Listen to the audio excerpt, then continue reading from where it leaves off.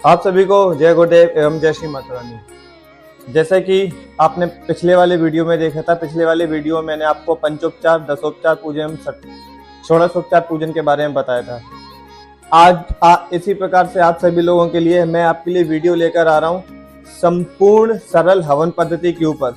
जो साधक अपने घर में नित्य कर्म में हवन करते हैं किंतु वो हवन करना नहीं जानते हैं, जो लोग साधनाएं करते हैं, साधनाओं में जो हवन होते हैं वो लोग हवन करना नहीं जानते हैं, उनके लिए मैं अपनी रिसर्च के माध्यम से, ठीक है, आप सभी लोगों के लिए बहुत ही सरल हवन पद्धति लेकर आ रहा हूं, जिससे कि हर एक व्यक्ति अपने घर में हवन कर पाएगा। यह है आप लोगों के लिए सेकंड पार्ट। पहले पार्ट में आप लोगों ने देखा कि किस तरीके से आपको साधना में जो यूज होने वाली सामग्री है वो एकत्र करनी है। अब आप सेकंड जो स्टेप आता है वो होता है पूजन का, कि हमें हवन से पहले पूजन कैसे करना है और किस तरीके का पूजन करना है। ठीक है, तो मैं आशा करता हूं कि आप लोग डायरी और पेन लेके पास में बैठे होंगे। मैं आपको स्लो बोलकर बताऊंगा, मंत्रों को भी बताऊंगा जो बहुत ही सरल मंत्र हैं जो आपके लिए यूजफुल होंगे। सबसे पहले आपको क्या करना है? सबसे पहले आपको यह करना है कि आप अपना आसन लगा लीजिएगा। आसन लगाने के बाद जहां आपको हवन करना है वहां अपना हवन कुंड स्थापित कर लीजिए। हवन से संबंधित जितनी भी सामग्री है वो सारी की सारी सामग्री आपको अपने इर्द गिर्द मतलब चारों ओर रखनी है, जिससे कि आप बार बार उठकर ना जाएं। ठीक है, आशा करता हूं कि आपने सारी चीजें अपने पास में रख ली। ठीक है, सारी चीजें प्रैक्टिकली समझाऊंगा मैं आपको, कोशिश करूंगा कि एक सारी चीज आपको पॉइंट टू पॉइंट समझ में आए। सबसे पहले क्या करना होता है? सबसे पहले हवन में करना होता है शुद्धिकरण। शुद्धिकरण कैसे होता है? आप हाथ में जल लेंगे। ठीक है, जल लेने के बाद आपको क्या करना है? लेफ्ट वाले हाथ में जल लेना, याद रखना, लेफ्ट वाले हाथ में जल लेना है। जल लेने के बाद आपको क्या करना है? इन 3 उंगलियों को जल में डुबोना है। जल में डुबोने के बाद आप या तो माता गंगा का मंत्र पढ़ सकते हैं पवित्रीकरण के लिए। अगर आप पवित्रीकरण का मंत्र जानते हैं तो बहुत अच्छी बात है। अगर आप ये भी नहीं जानते हैं, ठीक है, तो आपको मंत्र पढ़ना ओम पवित्राय नमः, मतलब मैं जो पवित्र करने वाली शक्तियां उनको नमस्कार करता हूं, ऐसा बोल के आपको पहले अपने लेफ्ट में, ठीक है, लेफ्ट में छींटे देने, फिर राइट में छींटे देने, फिर आगे छींटे देने पानी के, फिर पीछे छींटे देने। उसके बाद बचे हुए जल को सीधे हाथ में लेके सारी सामग्री पे छिटक देना है। तो ये क्या हुआ? ये हुआ आपका पवित्रीकरण। पवित्रीकरण करने के बाद अब नंबर आता है संकल्प का। संकल्प आपको कैसे लेना है? हाथ में जल लेने हैं। ठीक है, हाथ में जल लेना है। जल में आपको थोड़े से अक्षत मतलब चावल रखने और एक पुष्प रखना है। ठीक है, अब मैं आपको संकल्प लेके दिखाता हूँ। जैसे कि मान लो मैंने आपका ओम नमः शिवाय का अनुष्ठान किया है, सपोज अब मुझे ओम नमः शिवाय की आप 5 माला का हवन करना है, तो मैं कैसे करूंगा? ठीक है, अब जैसे मैंने बोला मैं, ठीक है, मैं मान लो विजय नाम मान लेता हूँ। मैं विजय कुमार परम पूज्य सदगुरुदेव जी का शिष्य। आपको अपने पिता का नाम बोला है अमुक पिता, आपको अपना गोत्र बोला अमुक गोत्रीय। मैंने जो सारी शक्तियों को साक्षी मानकर जो ओम नमः शिवाय का जप किया था, उसके जप फल प्राप्ति के लिए मैं 5 माला ओम नमः शिवाय पंचाक्षरी का हवन करने जा रहा हूँ। इस जगह आप जो भी हवन करना चाहते हैं उस हवन को आप बोल सकते हैं। जैसे कि आपने कोई परी साधना की है तो आप यहाँ बोल सकते हैं मैंने अमुक परी की साधना की है, मैं उसका इतने माला का हवन करने जा रहा हूँ। जब आप बोलेंगे फिर उसके बाद आपको ये बोलना है कि हे परम पूज्य सदगुरुदेव जी, मैं आपसे प्रार्थना करता हूँ कि आप मेरी इस साधना को पूर्णता प्रदान करिए और मेरी क्रिया को पूर्ण करके मुझे अमुक सिद्धि प्राप्त करें। अमुक का अर्थ होता है आप जो सिद्धि चाहते हैं, उसका ऐसे बोल के आपको जल छोड़ देना है। ठीक है, जल छोड़ दिया। अब तीसरा नंबर आता है पूजन का। तो सबसे पहले क्या करना है? आपको पुष्प लेना है। पुष्प हाथ में लेके हाथ जोड़ लेना और परम पूज्य गुरुदेव जी का पूजन करना है। सभी लोगों को मंत्र पता होगा, ओम गुरु ब्रह्मा गुरु विष्णु गुरुर्देवो महेश्वरः गुरु साक्षात परब्रह्म तस्मै श्री गुरुवे नमः। अखंड मंडलाकारं व्याप्तं येन चराचरं तत्पदं दर्शितं येन तस्मै श्री गुरुवे नमः। ऐसा बोल के जो पुष्प है, ठीक है, वो आपको गुरु जी को समर्पित कर देना है। गुरु पूजन हुआ। इसके बाद आपको गणेश पूजन करना है। गणेश पूजन के लिए क्या करना है? आपको पुनः पुष्प लेना है, चावल लेने और हाथ जोड़ लेना है।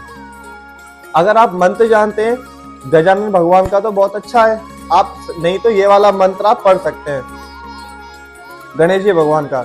ओम गजाननम भूत गणादि सेवितम कपित जम्बू फल चारु भक्षणम उमाशुतम शोक विनाशकारकम नमामि विघ्नेश्वरम पाद पंकजम श्री गणेशाय नमः। ऐसा बोल के आपको गणेश जी को वो पुष्प अर्पित कर देना है। आपका गुरु पूजन हो गया, गणेश पूजन हो गया। अब आपको भैरव पूजन करना है। भैरव पूजन के लिए क्या करना है? आपको पुनः हाथ में चावल लेना है और पुष्प लेना है। अब आपको क्या करना है? अब आपको अग्नि प्रज्वलित करनी है। अग्नि प्रज्वलित करनी है तो आपको क्या करना है, आपको एक चम्मच में कपूर लेना है, कपूर को जला देना है। जब आप कपूर को जला देंगे फिर आपको मंत्र पढ़ना है। आप लोग मंत्र ध्यान से सुने और नोट करें। ओम अग्नि सांडिल गोत्र मेष ध्वज प्राण मम सम्मुखो भवः। पहला मंत्र आप ये वाला पढ़ सकते हैं, अगर ये नहीं पढ़ सकते तो दूसरा मंत्र आप गायत्री मंत्र पढ़ सकते हैं। अगर गायत्री मंत्र भी नहीं पढ़ सकते तो सीधा आपको मंत्र पढ़ना है ओम श्री अग्नि देवभ्यो नमः या फिर ओम श्री अग्नि देवताभ्यो नमः प्रज्वलय प्रज्वल प्रज्वल। ऐसा बोल के क्या करना है, हवन कुंड पे सीधा घुमाना है आपको क्लॉकवाइज और उस कपूर को हवन कुंड के बीच में डाल देना है। अब आपका जो कपूर है हवन कुंड के बीच में चला गया, ठीक है, अग्नि प्रज्वलित हो गई। अब आपको क्या करना है, अब आपको घी की आहुति लगानी है। याद रखना जब मैं बोलूं घी की आहुति तो आपको घी की आहुति लगानी है।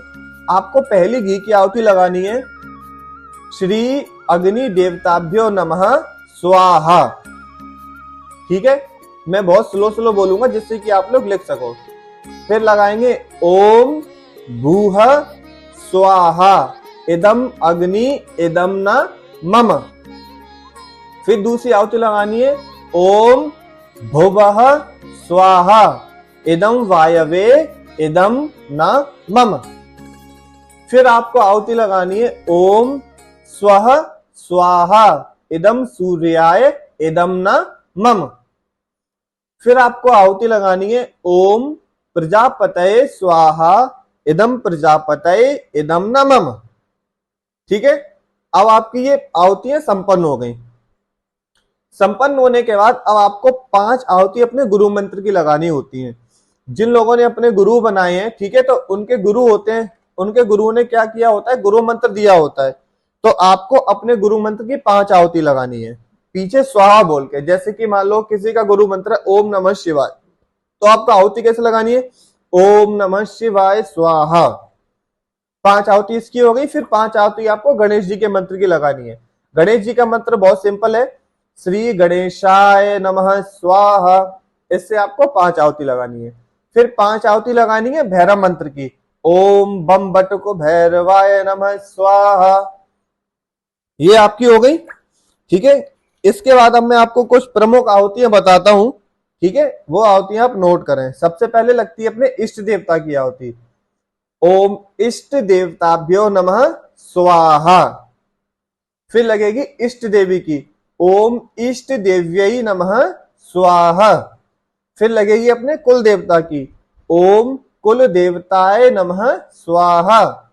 फिर लगेगी कुल देवी की, ओम कुल देव्यै नमः स्वाहा। फिर लगेगी अपने पितरों की, ओम पितृ देवताभ्यो नमः। इसमें स्वाहा नहीं होगा, इसमें स्वधा होगा, याद रखना, क्योंकि अग्निदेव की 2 पत्नियां थी, एक थी स्वाहा और एक थी स्वधा। जो स्वधा आहुति दी जाती है वो आहुति जाती है अपने पितरों